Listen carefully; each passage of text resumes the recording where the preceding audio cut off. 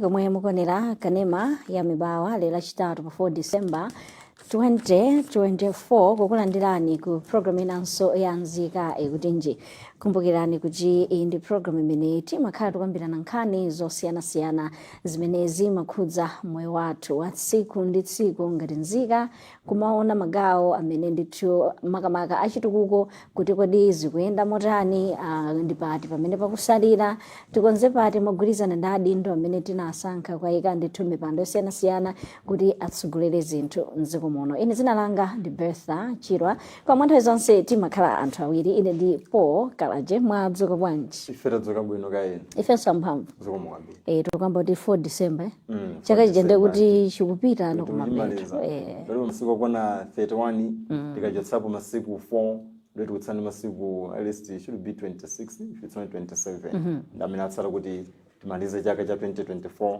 Ndemwe anthu zambiri mwezi wa December makhodino kakamudi kachisangalalo kamba kubwera yoncho kumapenda zimatengera nthumba. Amadati chani every day is Christmas. Kuma zimatengera nthumba. Koma chaka chino Christmas kunoti ilongosoke kuno ifandre simukumveka ali mapokoso monga mezi makhala nthawi zonse. Yeah, mapokoso amveka mano mwina nkhani makambo ali makhala kuti nthumba muli motani. Pena motaona ngati anthu sakusangalala chifukwa iwe sukusangalala. Amati ngati ulibe sutale salibe. Sutale salibe. Kumanena ake every day is a Christmas wao akuteka. Kumanena ake sakuteka ndio mnazidikira jamu 24 ma 25 mwina ma 26 mene ndio mnazakaliza mbano kuyenda buno bwino. Kuma Christmas simalepeleka ili chabwera. Sizalipeleka. Lero sati nkhani zosiyanasiyana kwambiri tikhale tikupitirira kukambirana nkhani zokhuza chisankho makamaka gawo lolemba mayina anthu mukaundula wa chisankho pomwe pakadali pano tili mu gawo lachitatu. Gawo loyamba linachitika anamaliza, gawo lachiwiri chimozimozi, pano tili mu gawo lachitatu. Pali zochitika zambiri zomwe zakhudza ndithu magawo atatu amenewa. Ndi mkatikati mwa programu ya lero tikhale tukambirana zimenezi makamaka pamene ndithu tikonzekera chisankho cha chaka chamawa chomwe chidzachitike pa 16 September pomwe ino muzakhale ndi mwayi osankha mtsogoleri wa dziko, phungu wa nyumba ya malamulo komanso kansala. Koma mwina tisanalowe mkati mwa mutu wathu lero timafuna ndithu tungokambiranapo pang'ono nkhani yokhuza nkhanza kwa amayi pomwe ndithu pakadali pano tili masiku 16 ndithu ophunzitsa anthu kuthetsa nkhanza kwa amayi komanso atsikana. Ndi nkhani imene tikuyenda kuti tizikambirana mwina tisamangodikira kuti yafika mwina 16 days of activism mwezi wa December. Mano ndi nkhani imene of course imakhali yamba mu November imazatha ja mu December kwati pakatikati pa miyezi iwiri imene. Mano ndi nkhani imene kuti tizikambirana nthawi ndi nthawi. Foti nkhanzazo sikuti zimachitika mu period iyi mwina anango ikhazikitsa kuti khangani mwina nthawi imene tizilimbikitsa kamwina kuyankhula kwambiri kamwina kuchita ma activity osiyanasiyana pa nkhani yokhudza kuthetsa nkhanza zimene amayi ndi asungwana amakumana nazo kandi kunyumba kandi malo ogwirira ntchito angakheso ku skulu kumene kamwina ma public offices amene anthu amakhala apita kuti akapeze thandizo magawo osiyanasiyana amakhala anthu amene kuja akumana ndi nkhanza zosiyanasiyana. Ndi nkhani imene kuti tizikambirana chaka chonse. Nkhani imene tizidikira kuti ikafika mwezi wa December kamwina mwezi wa November mkati mu period imeneyi imene zikhanga no titipakalikilike kwambiri. Koma mwina nkhani imene kuti tizikhala ipanga plan kuti chaka chimene tikuyamba nkhani yokhudza kulimbana ndi nkhanza pakati pa amayi ndi asungwana tiyipange motani. For zinthu zimakhazi kuchitika nthawi ndi nthawi. And of course mwina letre tona mwina zinthu zokhanga kuti no zikusintha kuti mwina onse abambo amakumananso ndi nkhanza. Ndi mwina tikuyenera tiunyikirenso gawo limene kuti nthawi zina samayi wokha kapena asungwana okha amene tikakamba za nkhanza tikhoza nazo ndi magawo onse ana amapangidwa nkhanza, amayi, atsikana, ingakhale abambo. Komano mwina amene sinzoleka ndi mmene society yathu kamwe ni mezi ntima zimata munthu amuna zilimba mtima mamuna asalira ndipo ali anamakhala kumana nkhanza komano zikungothera mu mtima kuti amuna chifukwa chikhaidwe chathu chimanati mamuna asalira mamuna atazikhala komesa nayi ndi munthu timayiwala zimene nayenso ndi munthu.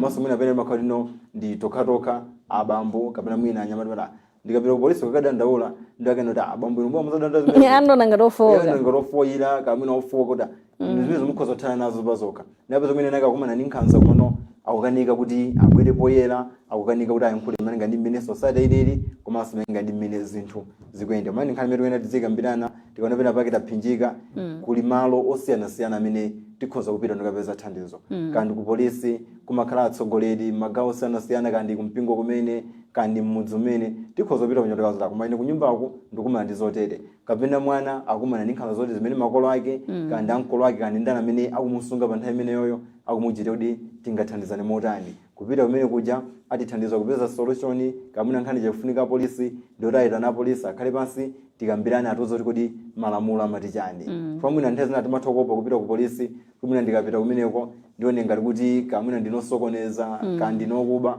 kumeonja kuli nthambi yapaderadera amati victim support mmene amaunikira nkhani ngati zimenezi kamwina ndamayi ndi abambo mbanja kwene pena pake somukumvana mukapita kumene kuja akakupatsani uphungu akakuthandizani kamwina ndi mwana auchedwa nkhanza ndi makolo ake akapita kumene kukadandaula akapereka thandizo loyenera akakhazika pansi akayankho kupita chitsogolo twena tizichita moti neni nkhani imene twene tidzikambirana komanso mwina tikaona kuti apapa mwina patokha sitingakwanise tipeze anthu ena atithandize mwina siku polisi kokha koma pali anthu ena amene timatha kuadalira kuti ndikawuzawa akhoza kundithandiza bwino koma nthawi zambiri pali vuto lomwe tikhoza nazo tilakulaso kubisa mwapita mwakanena koma amene umayembekeza kuti akhoza kuthandizawo akubisa kapena zinthu chakuzikhalira nkuzipondereza makati mubwere mawa ndiye koma mulipeze tsula komatu munthu ne ndikha kuti ndikuphinjikabe ngati thandizo muli nalo kapena munthu chatipeza ndi nkhani tikhoza kupereka thandizo la nthawi imeneyo tena munthu kuti nthandize kuti nthawi yakubwerera ku nyumba amve kupepukidwa mtima fa pala anthu ena mwina anapanga chiganizo cholakwika mwina kuchotsa moyo kumene chifukwa kuti atauza ena ake mwina sanapereke thandizo imeneyo amayembekezera komanso mwina iwo ajanu anatengano nkhanicha ndikukhangira apezano chotino adzilengeza akodi mwamva kodi mwamva aujenera ndipeza tu kunyumba akwamenya kunyumbako akwamenya ndeno zimene ndikhani zoti mudzilengeza iwo anabwera kubwera kwa inu akudalirani thandizo akudalirani koma nkhani cha mukuzitengano ngati mwapezano chokamba mwina mwapeza choti mulembe kandi pa Facebook mwina ni masambo siyana mwina ka mupeze ma likes ambiri ndi zina zotero kumakamba nkhani za anthu ena zimene pobwera kwa inuyo anakukhulupirira kuti akabwera kwa inu ndikuti apeza thandizo ndeno anthu ena akhala atikhulupirira tizikhala ndi mtima osunga zimene anthu ena atiuza zingamike kumakhala ku chipatala amati kuno sitimanena kuti awa anabwera dzulo anabwera ndi matenda akuti lero abwaso ndi matenda ena kapamino pita makalimba pa notice board adzulo kunabwera aphiri akudwala matenda mwakuti amati achipatala akhala kupamati ayi munthu ngatobwera ndi matenda it's about the patient and the doctor zikhali za anthu awiri ngati wina wabwera kani m'bale wake suli munene kuti akomata auchinani sotodzola nabwera ndiye tinapatsa mankhwala akuti ikhangala kudwala mwakuti ndizolakwika kodi pena anakapita ku nyumba kumakhani ngati kuti awati atakudwala ujeni awati koma kuti mwakuti ndiye pena sizimakhala bwino ndiye zathu akabwera muno tidandaulira kuti akumana ndi vuto ku nyumba tiye tinthandizeni tisamuseke fati kumuseka kuja kukhonzano kumupangitsa kuti akapangeno chiganizo china chimene mwina akhoza kuchotsa moyo kumene kapena mwina akhoza kupanga chiganizo chosakhala bwino kuzoononga iye payekha ngati munthu ndiye pena munthu akatiuza nkhani tiye timuthandizeni tisamuseke tisakhale tapeza nkhani yoti tidzilengeza mmudzi koma tiye tinthandizeni ngati sitikwanitsa timuuzenso da mamene nkhani yanuyi ine sindikwanitsa bwanji muti apeza ujeni akhoza kuthandizani chabwino kubwerera kumutu wathu walero timanena kuti tifuna tiunikire ntchito yolemba mayina anthu mukaondola voti kuti kodi ikuyenda bwanji pomwe pakadali pano ndithu tili mu gawo lachitatu gawo loyamba linachitika gawo lachiwiri chimodzimodzi pano ndi gawo lachitatu lomwe lilomaliza koma tikationetsetse ndithu pakatipa pakhala pakumveka nkhani zosiyanasiyana mavuto ena amene ndithu akhuza ntchito imeneyi yolemba mayina mukaondola voti taonapo bungwe loyendetsa chisankho dziko muno la Malawi Electoral Commission MEC likubwera poyera ndikufotokozapo kuti kodi iwo ngati bungwe kuti mwina akupanga ziti ndi ziti pofuna kuonesetsa kuti aliyense amene wakwanisa zaka 18 zakubadwa akutha ndithu kupeza mwayi olembesa mukaondola voti kuti nayenso azapeze mpata kapena mwayi ozaponya voti pa 16 September 2025 pozasankha makamaka mtsogoleri wa dziko phungu wa nyumba ya malamulo komanso kansala koma mwina tikutengereni mbuyo pang'ono kuti kodi gawo loyamba linayenda motani malingana ndi bungwe la MEC mugawo loyamba anthu amene analembesa ndi pafupifupi 2.2 million ndiye kuti lero date ndi 4 December tikachoka tsiku la lero kufika pa 16 ndikuti ndi masiku okwana should be 8 tikachoka namene kufika no kuchoka pa 16 December kufika pa 16 September 2025 ndikuti no ndi miyezi yokwana 9. mwachidule akunena kuti kuchoka lero pa 4 December kufika pa 16 September 2025 tindi masiku pafupifupi 285 days kuti tifike tsiku loponya voti. Nde tingobwera mbuyo pang'ono kuti chisankho ndi process. Chisankho ndi ndondomeko. Ndi bungwe la MEC nthawi imene lachita chisankho timachitsanzo zimene atapanga chisankho cha 2020 ndiwo yanene kuti amba kanokonzekera chisankho cha 2025 futi amene ajasamendisa nthu ngati mpira mali kumuna pano titi kwa season tikapumekaye tikudikira tiyambe bungwe la MEC silimagwira ntchito moti chisankho chikangotha amakhota ayambira tu plan khani yokhudza chisankho cha chaka chamawa ndifeke mwina pena amathaona okay kodi a MEC chairperson contract yawo ikuti kodi titaonjezere kama mwina taseti pese zimene chikhozone zimene chamakhoti no azipangiratu mwina kuti atsandawo yaitali kwambiri kuti tifike tsiku lodzaponya vote kodi ndamufuna kuti kamafika nthawi imene tikamandikira chikhoti china chilichonse chili mchimake ndino zokonzekera za chisankho zoti anaziyamba tikangopanga chisankho cha 2020 mena chisankho chachibwereza chimene chinachitika mu chaka cha 2019 ndenawo tikambo ndi nkhani ino yokhudzano kulembetsa imene ili gawo loyambirira tikamangana mwina nkhani yokhudza ma process achisankho amene amakhala kupanga involve anthu amene akaponye vote kwa kwinako kumakhala it's about make kuti commissioners okwanira kodi nkhani yokhudza budget tichita motani ndalama tizipeza kuti zipangizo zofunikira azitenga kuti kodi aboma atithandiza motani ngati pakufunika ma supplies amene akayama ballot paper kani majonsa kupezeratu amakhala kuti no akukonzeratu awina azipeze ngati palibe nthawi imene yoyo kumona akhale ndi plan kuti tizazipeza motere komanso tizazipeza uko tikachokana imakhala nkhani yokhudzana kuti no anthu amene akuyenda kudzaponya votiwo tapangeno ingenje lino stage yoyambirira imene mukhala mukupangana ingenje anthu odzaponya votiwo ndi nkhani yokhudza kalembera foti kuchoka pamenepo imene mukhala muli ndi chithunzithunzi kuti anthu amene talemba mukaundula ndi anthu okwana 50 ndoti pamene tikupita ku chisankho tikuyembekezera mavoti osapitirira 50 mpaka kapeze kuti mukaundula mwalembesa anthu 2.2 miliyoni komano tsiku lodzaponya voti pese mwina mavoti aja apitirira pimono tsono mavoti ena ajokera kuti ndeno nkhani yambiri makhala dino nkhani yokhudza kuchita kalembera amene walembetsa ndamama kwanitsa kuponya voti ngati sunapange register ndekuti weyo chisankho cha chaka chimene chocho pamene cha nthawi imene yoyo ndekuti weyo sikukhudza sukuponya nawo voti sukupanga china chilichonse chokhudza chisankho ndekalembera ndamirani nkati pakali pano tili mu phase yomaliza ndekuti kuchoka mu gawo loyamba kuzafika mu gawo lachiwiri kuzafika pakali pano fando mwina mu gawo lachitatu akhauda akamaliza awerengere anthu angati omwe alembetsa koma ndoti pakali pano ndi anthu okwanano 4.6 miliyoni amene alembetsa foto oyamba ane 2.2 gawo lachiwiri 2.4 loti kaphatikiza ndi 4.6 miliyoni amene anthu alembetsa magawo awiri amene akhala kulembetsa ndeti kondoti mu gawo lachitatuli mukhaleno anthu ochuluka bwanji fondoli pakali pano kalembera ali mu boma la Lilongwe rulo komanso abani kubwera mbali ya Neno kubwera mbali ya Mangochi ndi Maderena komanso boma la Nzimba kumene akuchita kalembera wachisankho kumeneko. Kanema Manja Instruction Video. The interface of the Kanema Manja app. You have 3 dots to your right-hand top corner. The 3 dots are mainly for your settings. Once you click on the 3 dots, the word settings will pop up, and when you click on that, you will be directed to your settings tab. A settings page will appear on this page, and on this page you can change your password, contact the Kanema Manja customer care line, or learn more about Kanema Manja and connecting with us on social media.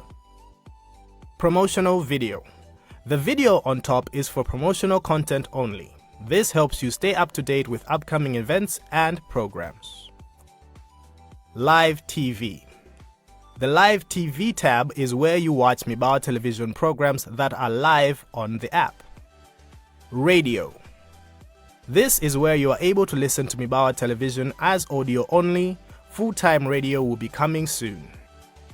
News. News is where you stay up to date with issues around Malawi and the world. Catch up. Catch up is where you are able to enjoy your favorite shows at your convenience and you can watch them anytime. The home icon. The home icon takes you back to the main Kanema Manja screen. The profile icon. The profile icon gives you these options: exiting from the app, logging out manually, updating your profile photo, changing your name, or checking your subscription status. When your subscription is active, it will show here. Payments. The payments section is where you will be directed to the different payment methods, and they can be found there under the icon that is labeled Payments. Once you are here, you will find two icons, M-Pamba and Airtel Money. Click the payment method of your choice. Once you select the preferred payment method, you will be directed to the screen. On the number, enter the number that you want to pay for. Take note that it will deduct funds from this number, therefore you should have access to this phone. Click subscribe button to subscribe for 1 month for yourself.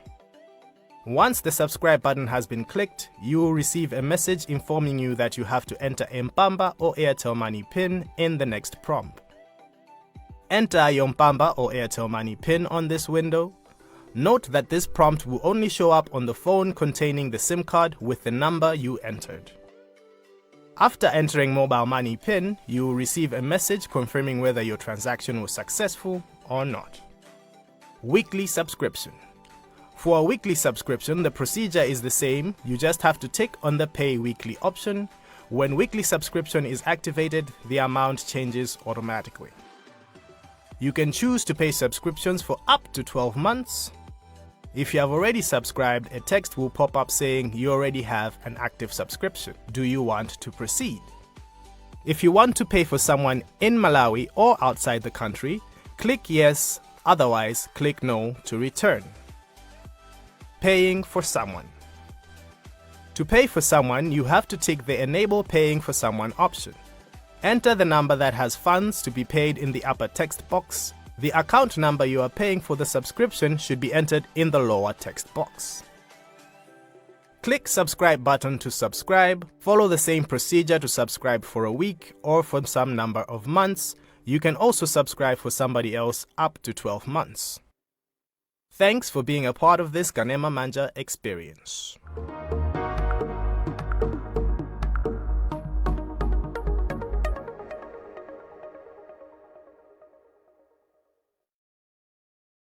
Yolipirira Kanema Manja. Dziwani kuti pakadali pano njira zomwe zikutheka kulipirira Kanema Manja ndi Airtel Money komanso TNM M-Pamba. Ndipo ndi zotheka kugwiritsa ntchito njirazi kuti mulipirire abale omwe ali mdziko muno kapena mayiko akunja omwe analembetsera nambala yakunja ngakhalenso ya mdziko muno. Izi ndi ndondomeko zomwe mukuyenera kutsatira kuti muzilipirire nokha Kanema Manja. Choyamba, mukhale kuti muli ndi Kanema Manja app mu foni yanu ndipo munalembetsa kale. Onetsetsani kuti nambala yomwe munalembetsera ndi yomwenso kuli ndalama zomwe mulipirire Kanema Manja. Kenako, tsegulani Kanema Manja app yanu ndipo sankhani pomwe palembedwa kuti Payments. Mukatero ikubweretserani njira ziwiri zolipirira zomwe ndi Airtel Money komanso TNM M-Pamba. Ndipo mukuyenera kusankha njira imodzi yoti mugwiritse ntchito polipira. Mukasankha njira yolipirirayo, mufunsidwa kuyika nambala yanu yomwe munalembetsera pa Kanema Manja, yomwenso ndi nambala yomwe kuchoke ndalama zomwe mukulipirazo. Kulipira kwa mwezi umodzi ndi 2000 Malawi kwacha yokha basi, koma mukhoza kusankha kulipira kwa miyezi yochuluka kapena kwa chaka chonse. Mukhozanso kulipira kwa sabata imodzi ndi 650 Malawi kwacha yokha, pochonga pomwe palembedwa kuti Pay Weekly. Mukasankha miyezi yomwe mukufuna kulipira, ikuonetsani ndalama zomwe zichotsedwe ku nambala yanu. Kenaka sindikizani badani lolemba kuti subscribe. Ndipo mufunsidwa kuyika nambala yanu ya chinsinsi ya Airtel Money kapena M-Pamba. Dziwani kuti uthengawo ufikira mu foni yomwe muli SIM card yomwe munayika kuti kuchoke ndalama zomwe mukulipirazo. Ikani nambala ya chinsinsi ya Airtel Money kapena M-Pamba kuti mumalizitse ndondomeko yolipira ndalama. Mukatero mulandira uthenga kuchokera ku Airtel Money kapena TNM M-Pamba okudziwitsani ngati zatheka kulipira kapena ayi. Mukatero basi zatheka, sangalalani poonera mapulogalamu omwe mumawakonda nthawi iliyonse. Ndondomeko yolipirira ena Kanema Manja. Njira iyi ndi yomwe mukuyenera kugwiritsa ntchito mukafuna kulipirira abale omwe ali mdziko muno kapena mayiko akunja omwe analembetsera nambala yakunja ngakhalenso ya mdziko muno. komanso kudzilipirira nokha ngati munalembetsera email address kapena nambala yosiyana ndi yomwe muli ndalama zomwe mukulipirazo. Dziwani kuti pakadali pano njira zomwe zikutheka kulipirira kanema m'manja ndi Airtel Money komanso TNM Mpamba. Choyamba mukhale kuti muli ndi kanema m'manja app mu foni yanu ndipo munalembetsa kale. Kenaka tsegulani kanema m'manja app yanu ndipo sankhani pomwe palembedwa kuti payment. Mukatero ikubweretserani njira ziwiri zolipirira zomwe ndi Airtel Money komanso TNM Mpamba ndipo mukuyenera kusankha njira imodzi yomwe mugwiritse ntchito polipira. Ngati munazilipirira kale nokha pabwera uthenga wokudziwisani kuti munalipira kale ndipo usindikizani yes kuti mupitirize ndondomeko yolipirira ena. Mukatero chongani pomwe palembedwa kuti enable paying for someone pomwe ndipo kulolezani kulipirira ena. Mukatero ikani nambala yomwe kuchoke ndalama mukulipirazo mukabokosi koyambirirako. Kenaka ikani nambala kapena email address yomwe mukuyilipirirayo mukabokosi kachiwiriko. Kulipira kwa mwezi umodzi ndi 2000 Malawi kwacha yokha basi, koma mukhoza kusankha kulipira kwa miyezi yochuluka kapena chaka chonse.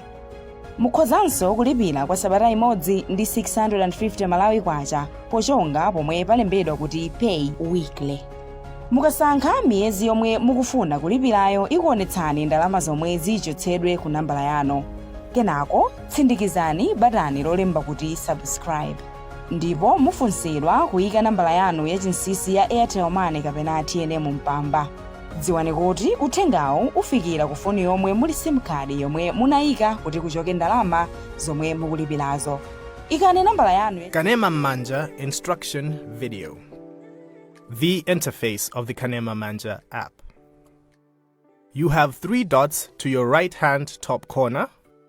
The 3 dots are mainly for your settings. Once you click on the 3 dots, the word settings will pop up, and when you click on that, you will be directed to your settings tab. A settings page will appear on this page, and on this page you can change your password, contact the Kanema Manja customer care line, or learn more about Kanema Manja and connecting with us on social media. Promotional video. The video on top is for promotional content only. This helps you stay up to date with upcoming events and programs. Live TV. The Live TV tab is where you watch Mibao television programs that are live on the app. Radio. This is where you are able to listen to Mibao television as audio only. Full-time radio will be coming soon. News. News is where you stay up to date with issues around Malawi and the world. Catch up. Catch up is where you are able to enjoy your favorite shows at your convenience and you can watch them anytime. The home icon. The home icon takes you back to the main Kanema Manja screen. The profile icon. The profile icon gives you these options: exiting from the app, logging out manually, updating your profile photo, changing your name, or checking your subscription status. When your subscription is active, it will show here. Payments. The payment section is where you will be directed to the different payment methods, and they can be found there under the icon that is labeled Payments. Once you are here, you will find 2 icons, Mpamba and Airtel Money. Click the payment method of your choice. Once you select the preferred payment method, you will be directed to the screen. On the number, enter the number that you want to pay for. Take note that it will deduct funds from this number, therefore you should have access to this phone. Click subscribe button to subscribe for 1 month for yourself. Once the subscribe button has been clicked, you will receive a message informing you that you have to enter a Mpamba or Airtel Money PIN in the next prompt. Enter your Mpamba or Airtel Money PIN on this window. Note that this prompt will only show up on the phone containing the SIM card with the number you entered. After entering mobile money PIN, you will receive a message confirming whether your transaction was successful or not. Weekly subscription. For a weekly subscription, the procedure is the same. You just have to tick on the Pay Weekly option. When weekly subscription is activated, the amount changes automatically. You can choose to pay subscriptions for up to 12 months. If you have already subscribed, a text will pop up saying you already have an active subscription. Do you want to proceed? If you want to pay for someone in Malawi or outside the country, click yes, otherwise click no to return. Paying for someone. To pay for someone, you have to tick the Enable Paying for Someone option. Enter the number that has funds to be paid in the upper text box. The account number you are paying for the subscription should be entered in the lower text box. Click subscribe button to subscribe. Follow the same procedure to subscribe for a week or for some number of months. You can also subscribe for somebody else up to 12 months. Thanks for being a part of this Kanema Manja experience.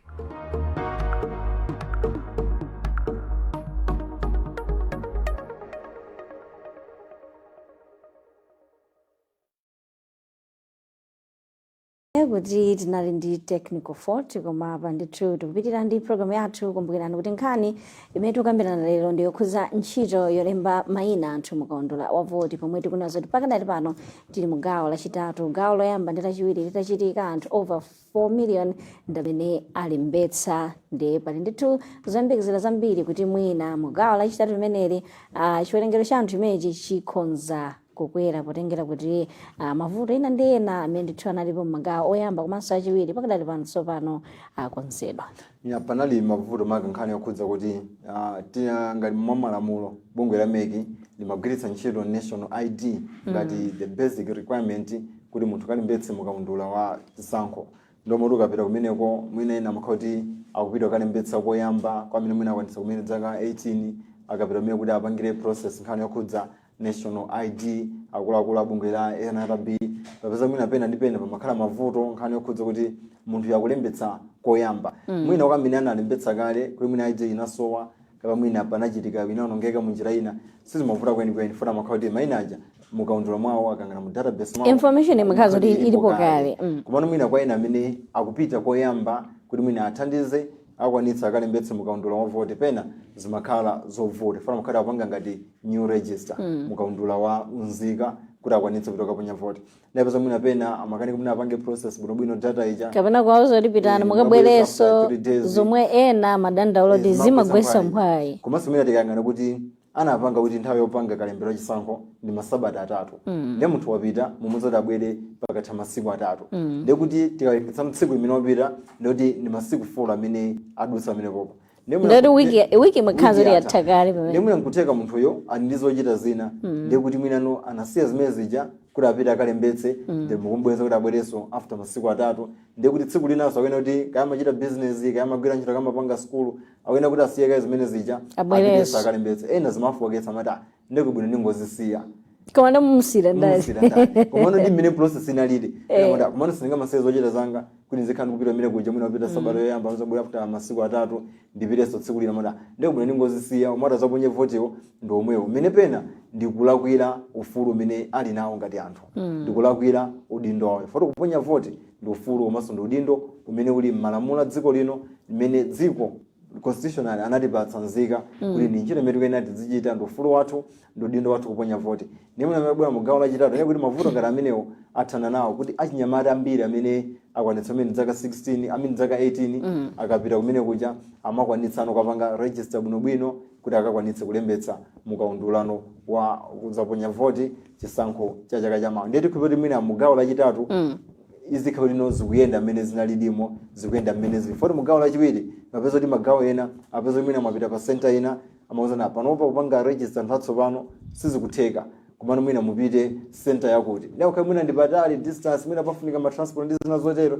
onda sindingakwanise mpana ndiende ndikafika kumeneko amapeza kuti agwamphwayi kubwerera ku nyumba. Mmezo pangitsa kuti ndoti chiwerengero cha anthu amene atadzaponye vote chikhala kuti ndi chochepa despite kuti iwo anakwanitsa dzaka zotakhoza kuponya vote kumano chipoya zifukwa zina apeza mwina akanika kulembetsa mmene mukaundula vote ndikubwerera ku nyumba. Mano atithokoza bungwe la MEC komanso NRB ndi nthambi zina walekamira bwa mugawo lachitatu mavuto ngati amenewo akonzedwa zinthu zonse zikuyenda bwino. Sitinamvepo anthu ena mwina kudana kuti ine ndinapita ndabwerera ndizandipita after 3 days kapena mwina ine ndinapita kumano abungwe la NRB akanika kunithandiza kuti ndikalembetse mukaundula wa vote zikuoneka kuti zonse zikuyenda bwino. Vuto limene kumakhala kuti mwina anthu kumanota nthawi ikadalipo ndidzapita mwina ukatsala masiku atatu kudikira mpaka siku kudikira lotseka tsiku lotsiriza ndidzapita nthawi ikadalipo peza mwina sabata yotsiriza koma peza kuti kukuchulukano anthu ndi nkhani yokhudza makompyuta inu makompyuta mmagwiritsa ntchito mmadziwa mmene zimakhalira ngakhale mwina ikupanga process nthu zambiri pa nthawi imodzi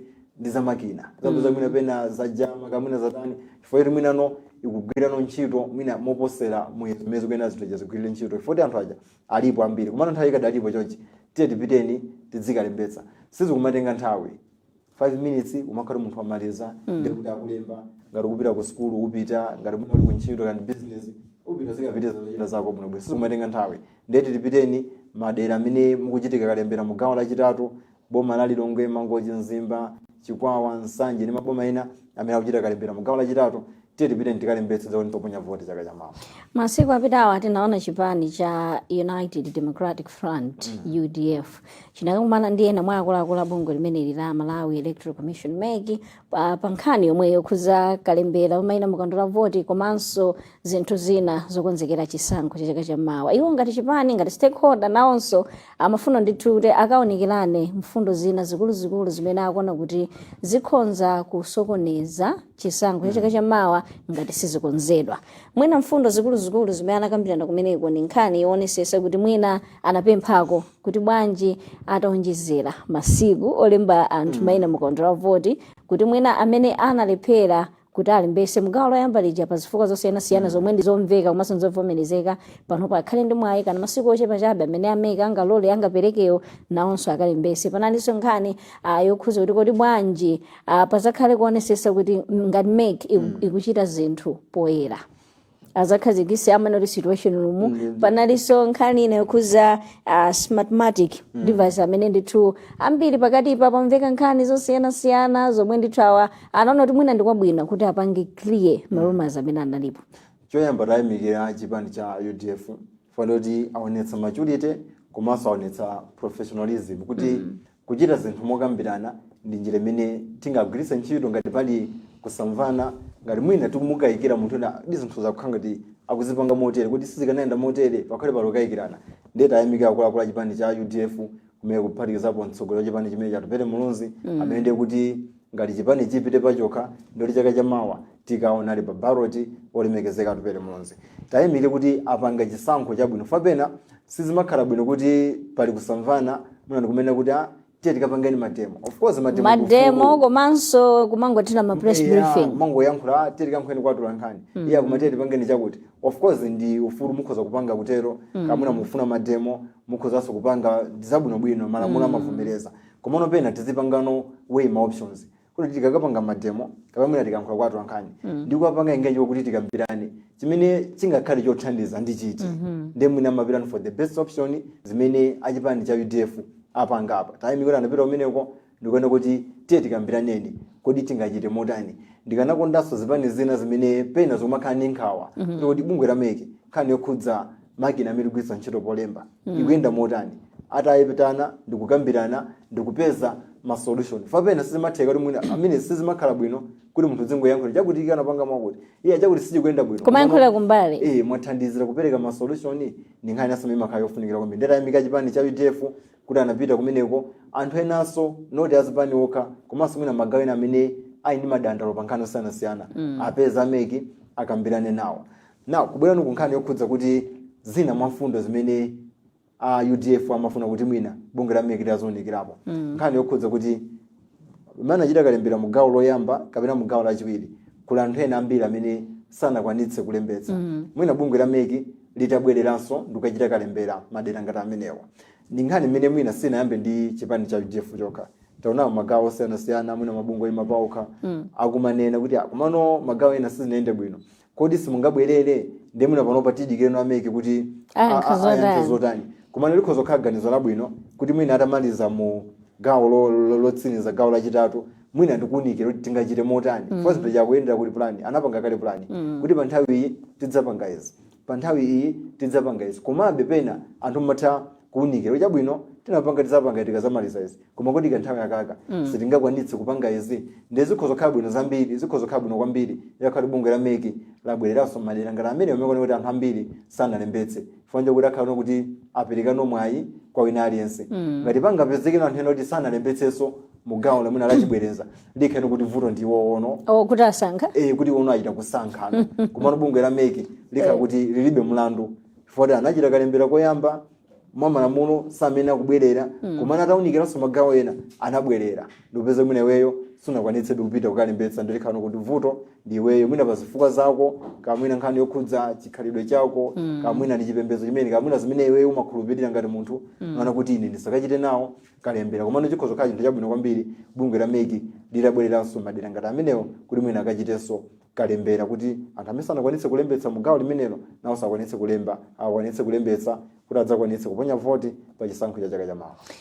Mwina timalize nkhani ino zoti pakatipa timangoona nzathu azipani zotsutsa boma makamaka kulukulu akakhala ndi nkhawa mavuto ena ndi ena okhuza chisankho kumangolankhula kumbali ma press briefing ma statement ndi zina pamene mtsogoleri wa dziko lino Dr. Lazarus Chakwera anali pa ground taona ndithu akuyendera madera osiyanasiyana makamaka mchigawo chapakati mapanga misonkhano yoyimayima kumalimbikitsa anthu kumemeza anthu kuti akalembetse mayina mukaundula voti pamene anzathuwa amakhala busy ndi zina pano pamene tili mugawo lachitatu taona kuti tsopano nawonso amba kutuluka kubwera ndithu nkumafikira anthu osiyanasiyana ndi mauthenga okhuza kukalembetsa mayina makamaka mtsogoleri wa chipani chimene cha Democratic Progressive DPP Professor Arthur Peter Mutharika masiku apitawo anali kulowa Shire.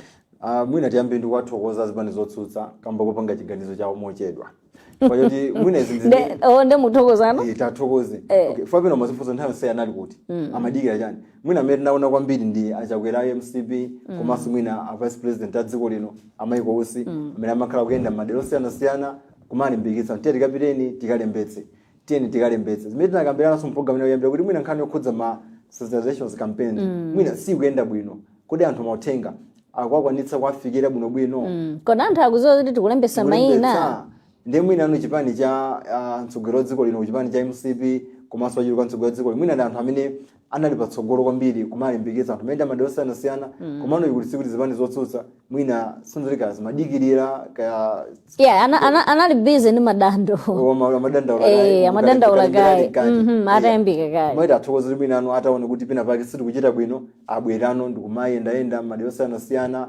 malimbikitsa anthu kuti akapunye voti fatu kamba kuti mwina timathokoza kuti achita bwino bwera mochedwa foti magawo awiri adusa kale ili ndi gawo lachitatu ndikhoza kuona kuti mwina zinthu zoti zilipo zitatu mukugawana wina watenga zina watenga chimodzi ndoti amatenga ziwiri ndi amatenga zambiri ndeno pobwera mugawo lachitatu achedwa izi zamene kuti ayambe mugawo loyambirira kwafikira kuti tiye tikalembetseni mukaundula odzaponya voti funa panali anthu ena apeza mwina ukamayankhula mwina ukamayenda amati zisankho kuti anabera kale ndife tikalembetsa chani imene inali information yabodza imene inali information yosalondola kuti anthu information ngati akuitenga kuti komano ifo yoti akuluakulu andali akuluakulu azipani anasankha kukhala chete ndi mwina anthu amathamanga ndi zimene zija komano ngati kuti ndizoona chipani china chilichonse omwe kuti muli anthu atatu omwe kuti muli munthu ena amene matenga kuti munthu ndosafunike koma iye chamakho kuti ali anthu ena ake amamutsatira kana anthu atatu kana anthu 4 kana anthu 5 koma anthu amene amamutsatira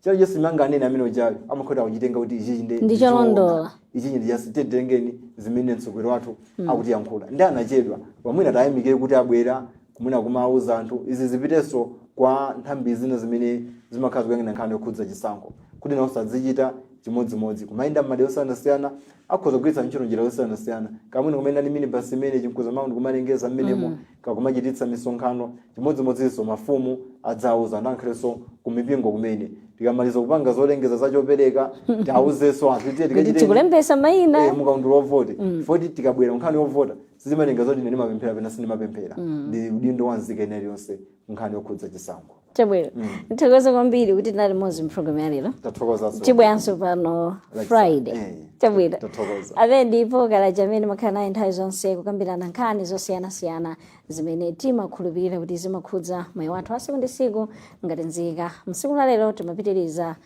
nkhani yokhudza kulemba mayina anthu mukaundula voti pamene ngati dziko la Malawi tikukonzekera chisankho cha chaka chamawa pa 16 September pamene anthu muzakhale ndi mwayi osankha mtsogoleri wa dziko, phungu wa nyumba ya malamulo komanso kansala. Tibweranso pano Friday nthawi yomwe 10 o'clock mpaka 11 o'clock kukambirananso nkhani zina zomwe zingathandize kuti dziko lathu lipite pasogolo magawo osiyanasiyana. Ine zinanga ndi Betha Chirwa, tizatukuonera mapulogalamu osiyanasiyana.